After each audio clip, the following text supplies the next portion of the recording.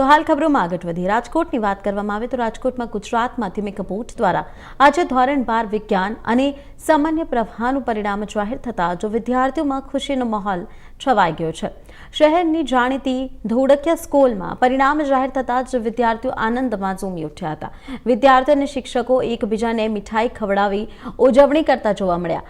ખાસ કરીને વાલીઓમાં પણ ગૌરવ અને ઉત્સાહનો માહોલ જોવા મળ્યો હતો। તો ખુશીના આ અવસરે વિદ્યાર્થીઓએ સ્કૂલ કેમ્પસમાં ગરબા કરીને પોતાના પરિણામની ઉજવણી કરી, જેના કારણે સમગ્ર વાતાવરણ આનંદમય બની ગયું હતું।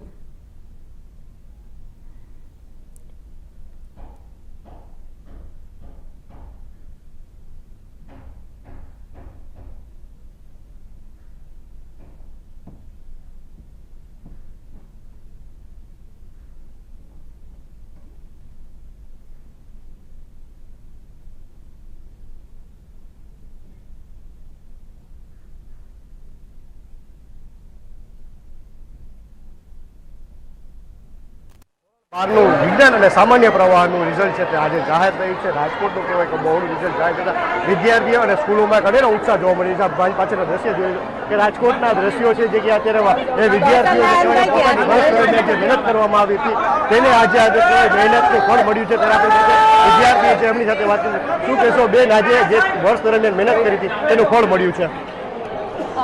વર્ષ દરમિયાન બધાનો સપોર્ટ બહુ સારો હતો, સ્કૂલનો, ફેમિલીનો, એને લીધે જ આ રિઝલ્ટ આવ્યું છે।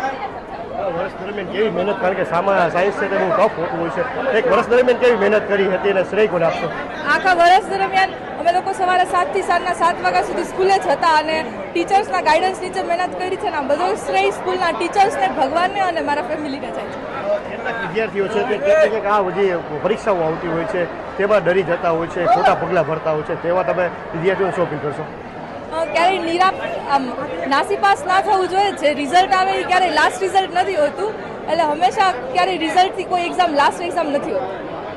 આપણી સાથે આજે સ્કૂલના જે શિક્ષક સર, શું કહેશો અત્યારે આપ જોઈ રહ્યા છો અત્યારે કે અત્યારે સર જે સ્કૂલના પ્રિન્સિપાલ છે, જે ટ્રસ્ટી છે, તેમને વિદ્યાર્થીઓને તાજ પહેરાવી રહ્યા છે અને જે કહેવાય સેલિબ્રેટ કરી રહ્યા છે, કારણ કે 99.99 PR જે કહેવાય પર્સન્ટેજ મેળવવા તે બહુ મોટી વાત છે। ત્યારે આપણી સાથે સ્કૂલના જે કહેવાય પ્રિન્સિપાલ છે, સર શું કહેશો અત્યારે જોઈ રહ્યા છો કે અત્યારે પ્રિન્સિપાલ છે તે અત્યારે વિદ્યાર્થીઓ અને તેના વાલીઓને બિરદાવી રહ્યા છે, કારણ કે જે રીતે વિદ્યાર્થીઓ વર્ષ દરમિયાન જે મહેનત કરી હતી તે મહેનતનું આજે તેને ફળ મળ્યું છે। વિક્ટરી આપીને જે વિદ્યાર્થીઓ છે તે અત્યારે આ સ્કૂલના ટ્રસ્ટીઓ છે તે લોકોને વધાવી રહ્યા છે। ત્યારે આપણે સ્કૂલના જે સર જે પ્રિન્સિપાલ થોડોક એમની સાથે વાત કરવાનો પ્રયત્ન કરશું। સર શું કહેશો અત્યારે? સર શું કહેશો અત્યારે કહેવાય કે અત્યારે પ્રિન્સિપાલ જે રિઝલ્ટ આવ્યું છે બહાર થોડોક એનું શું કહેશો?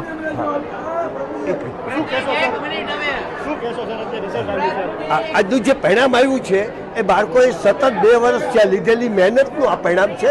ધોળકિયા સ્કૂલના બધા જ શિક્ષકો અને વાલી બધા એ બાળકો સાથે જોડાય અને આવા શ્રેષ્ઠ પરિણામ લાવી શકાય છે। સર, કેવી મહેનત વિદ્યાર્થીઓને વર્ષ દરમિયાન સ્કૂલમાં કરાવવામાં આવતી હોય છે? અમે વર્ષ દરમિયાન પહેલા દિવસથી 11મા ધોરણમાં આવે ત્યારથી પહેલો જ દિવસથી 2 વર્ષ સુધીનું 12મું ધોરણ છે એમ સમજીને એની સાથે દી રાત એક કરાવીએ।